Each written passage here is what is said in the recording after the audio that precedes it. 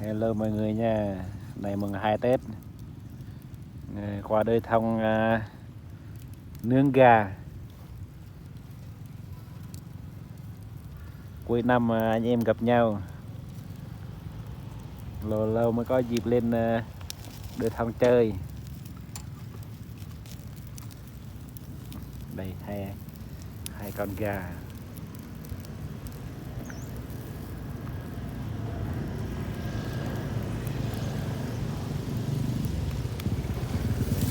Chơi này, chơi Tết.